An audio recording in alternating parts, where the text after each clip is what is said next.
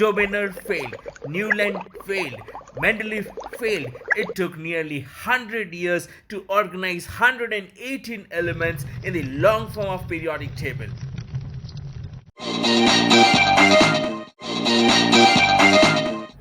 Hello everyone, myself Professor Vikram Kushalka. So I am a professor of chemistry and mathematics, and I regularly teach chemistry. I've been teaching that since over 25 years. But today, while I was teaching periodic table to my students, the classification of elements in chemistry to my children, I came across with a really good thought.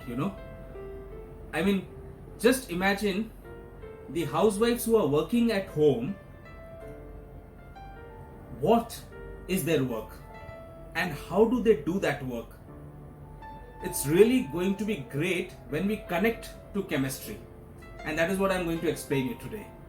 So in chemistry, we have discovered so far around 118 elements. Okay, 118 elements.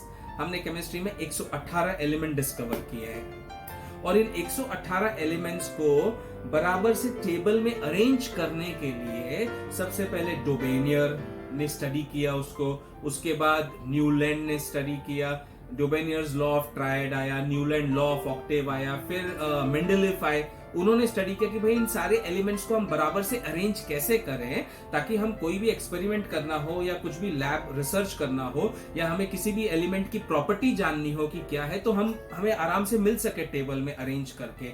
वो सब fail हो गए. डोमेनर fail हो गए, Newland fail हो गए, Mendeleev fail हो गए.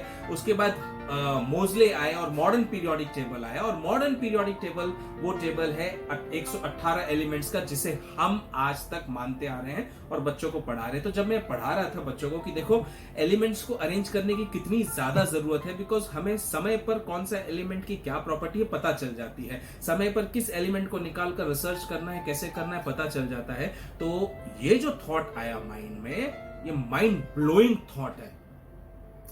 आप सोचिए, मेरे हिसाब से, मेरे थॉट प्रोसेस के हिसाब से पूरी दुनिया में, in the entire world, in this entire universe, if there is one of the greatest laboratory, one of the greatest science laboratories in this world, then I would say it is the kitchen of a housewife. And you'll say that yes, it is bravo. Because what is a kitchen? In kitchen, there are not just 118 elements.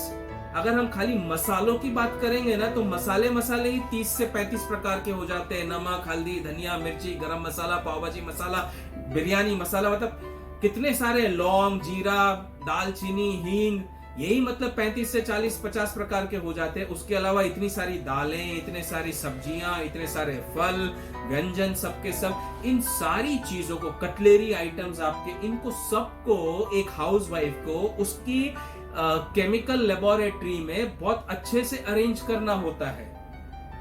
और जिस science में, chemistry में 3 physicist, 3 scientist, डोबेनर, Newland और Mendeleev जैसे fail हो गए, 118 element को लगाने में उन्हें इतने साल लग गए. हमारी जो घर की महिलाएं हैं वो तो मिनटों में 1000 से भी ज्यादा एलिमेंट्स को यूं चकाचक बना देती हैं और लगा देती हैं. और इनके ग्रेटेस्ट लेबोरेटरी में हर समय रिसर्च चलता है, हर समय एक्सपेरिमेंट चलता है. और ये एक ऐसा एक्सपेरिमेंट होता है कि भाई आज किस प्रकार अपने पूरे परिवार को मैं खुश कर सकूं, एक अच्छे से अच्छा व्यंजन बनाकर, किस प्रकार अपने बच्चे को बढ़िया से बढ़िया मील बनाकर, एक न्यूट्रिशियस, एक हेल्दी डाइट बनाकर खिला सकूं. So this is what a housewife does.